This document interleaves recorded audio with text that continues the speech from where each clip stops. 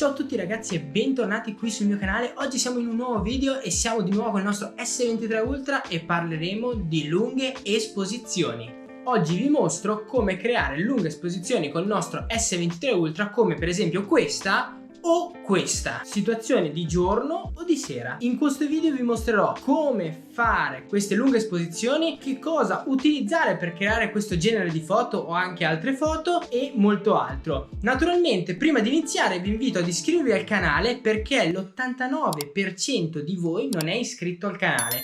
Quindi ragazzi cliccate su quel tasto che a me farebbe molto felice. Ma iniziamo subito. Per fare la prima fotografia, che è quella di giorno, quando ci troviamo con eccessiva luce, comunque diretti con la luce solare, vi servono due cose importantissime, perché il telefono, prima cosa vi consiglio di settarlo magari andando a scattare con la 10x, perché almeno ha una F un po' più chiusa e quindi in automatico passerà sicuramente meno luce dell'1x che ha una F a 1.7, invece il 10x ha una F a 4.9, quindi nettamente meno luminosa. Primo oggetto da utilizzare con il nostro S23 Ultra è sicuramente il cavalletto. Per fare lunghe esposizioni ragazzi c'è per forza bisogno di un cavalletto, che sia piccolino, che sia enorme, comunque il classico cavalletto fotografico. Mi raccomando, sempre avere un cavalletto con sé. Perché? Perché le lunghe esposizioni naturalmente dovranno essere appunto scatti lunghi e quindi in queste situazioni qua lo scatto, essendo prolungato, non dobbiamo mai andare a muovere il nostro S23. Perché? Perché se noi andiamo a muoverlo, naturalmente in questo scatto prolungato si vedrà tutto il mosso del movimento che andiamo a fare col Samsung. Possiamo rimanere anche 2 o 3 secondi fissi fermi così, ma vi assicuro che in verità non riuscirete mai a rimanere bloccati nella stessa posizione. Ci sarà sempre del mosso. Se non ci credete, provate tranquillamente e vedrete che in verità qualche centimetro vi spostate. Quindi prima cosa da utilizzare sempre il cavalletto, sia di giorno che di sera. Secondo oggetto da utilizzare di giorno, se lo possedete. Se non lo possedete andate a acquistarlo, tanto costa pochissimo, un classico filtro ND 1000 o anche qualcosa meno. Io ho il 1000 perché lo uso nella macchina fotografica, però potete andare a prendere anche uno un po' meno. Il 1000 ve lo consiglio perché riesce a farvi fare scatti anche più prolungati, perché è molto chiuso rispetto magari a un 64, un 100, un 200 eccetera. Fa passare molta meno luce. Non per niente guardate quanto è buio al centro di questo filtro. Vi consiglio di averlo. C'è anche quello per gli smartphone, se lo trovate di qualche marca. Io ho parlato con un brand un po' di tempo fa, poi non è andato a buon fine la trattativa, quindi non abbiamo fatto più nulla. Ci sono molti filtri sia per Samsung che per iPhone o comunque per gli altri smartphone che sono ND e si possono agganciare direttamente alla fotocamera dello smartphone. Questo qua, magari la piccola scommessa che si può avere, come vedete nel video che vi sto facendo passare, è che per andare a utilizzare in quei 2 o 3 secondi di scatto sono dovuto stare io fermo con la mano col filtro davanti alle fotocamere. Niente di che, perché anche se lo muovevo di qualche millimetro, essendo grosso rispetto alla fotocamera dello smartphone, non c'è nessun problema. Come siamo andati a scattare questa fotografia che vi ho mostrato di giorno di questa cascata? Questo è un piccolo esempio, ma possiamo anche fare lunghe esposizioni per esempio delle nuvole, possiamo fare una lunga esposizione di quando passa un'auto. Se vi trovate in città sono belle quelle di quando passa un tram, fate stare il soggetto fermo, il tram passa abbastanza velocemente, vedete questo effetto dietro di movimento del tram. Comunque, come andiamo a fare questi scatti? Il primo consiglio che vi do è di scattare sempre con un timer di 2 secondi, perché così quando andiamo a cliccare per fare lo scatto passano 2 secondi prima che poi viene fatta la fotografia, così siamo sicuri che non ci sarà movimento. Secondo consiglio è ISO sempre bassi, perché dobbiamo fare lo scatto più lungo possibile, quindi non dobbiamo tirare fuori luce velocemente. Tempo di scatto molto lungo, almeno 1-2 secondi. Di giorno, se abbiamo qualche soggetto abbastanza veloce, 1-2 secondi bastano, tipo l'acqua e queste cose qua. Naturalmente più prolunghiamo più si crea ancora quell'effetto movimento ancora più figo, ma se siamo in una situazione di città quei 2 secondi bastano e avanzano, naturalmente associandolo con un filtro, perché se no verrà strabianca l'immagine. Terzo consiglio che vi do, come vi ho detto all'inizio, per S23 Ultra è di utilizzare o il 3x o il 10x, perché hanno una F nettamente più chiusa. Passiamo alle lunghe esposizioni di sera, come vedete per esempio in questa fotografia che ho fatto alla mia ragazza così al volo, e ci ho messo davvero 5 minutini a farla, nemmeno. La cosa che dovete utilizzare è sicuramente il cavalletto, come vi ho detto prima, e per fare quell'effetto luce che vedete dietro vi faccio vedere subito cosa utilizzare. Sono andato ad utilizzare questa torcetta qua. Naturalmente mentre vi parlo vi passerà il video della situazione, spero che si veda abbastanza decentemente, anche se non sarà granché il filmato che vi passa, ma ascoltate bene le mie parole piuttosto.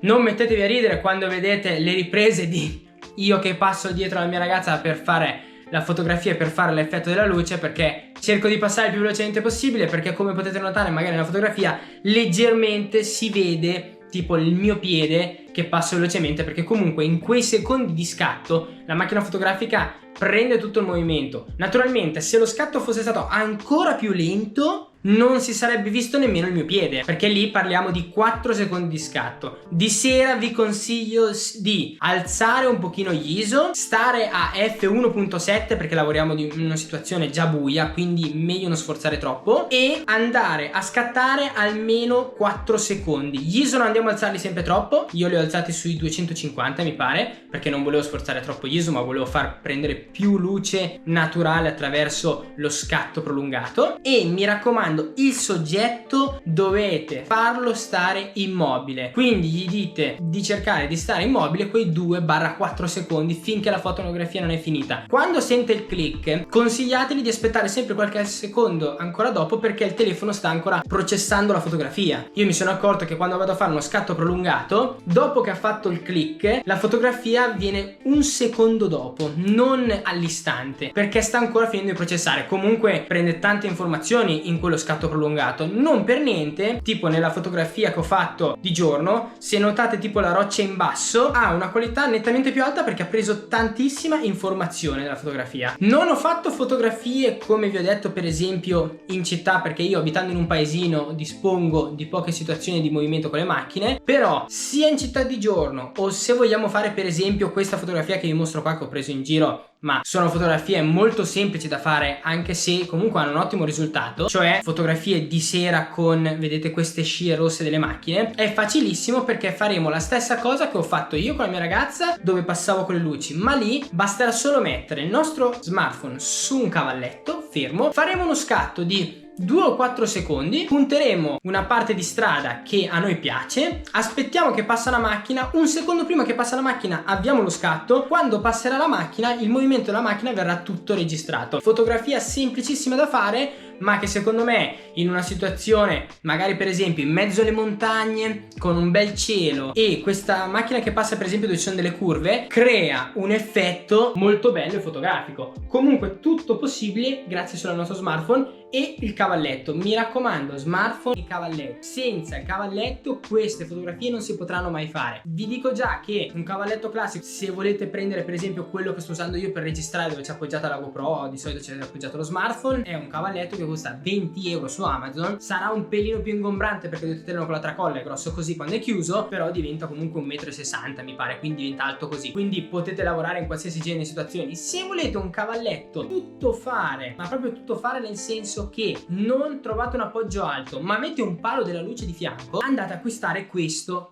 costa già un po' di più, ma se dobbiamo acquistarlo per lo smartphone costa meno perché non deve reggere 1 chilo per esempio o 2 come la mia macchina fotografica. Potete prendere quello leggermente più fine, anche che tiene 500 grammi, quindi costerà nettamente meno, però la comodità di questo è che vi permetterà di attaccarlo in qualsiasi situazione, a una ringhiera per esempio, piegandolo così, vedete? Questo qua, se facciamo finta che il braccio mio è la ringhiera, se io vado a fare così lui si aggrappa e possiamo appoggiarlo in queste situazioni. Vogliamo metterlo in un muretto anche se storto o anche su dei sassi, sono un po' tutti sconnessi, magari questa zampetta la mettiamo per così, questa la spariamo un po' più in alto, questa la mettiamo più in basso, quella dietro la mettiamo così e ci rimane dritto. Ci dà anche la possibilità di fare una rotazione a 360 gradi, comodissimo, e mettere anche per esempio le cose in verticale, molto comodo, consigliatissimo. Se mi ricordo vi lascio il link di Amazon, se non vi ricordo basta che andate a cercare cavalletto Joby su Amazon appunto e vi trova questi generi di cavalletti che sono comodissimi e riescono a supportare anche fino a 5 kg di peso. Il cavalletto più grosso riesce a reggere 5 kg di peso, naturalmente dovrebbe essere grosso così già quello lì, e ha un costo nettamente più elevato perché se questo qua l'ho pagato sui 40-50 euro, quello lì per i 5 kg costa sugli 80-100 euro già.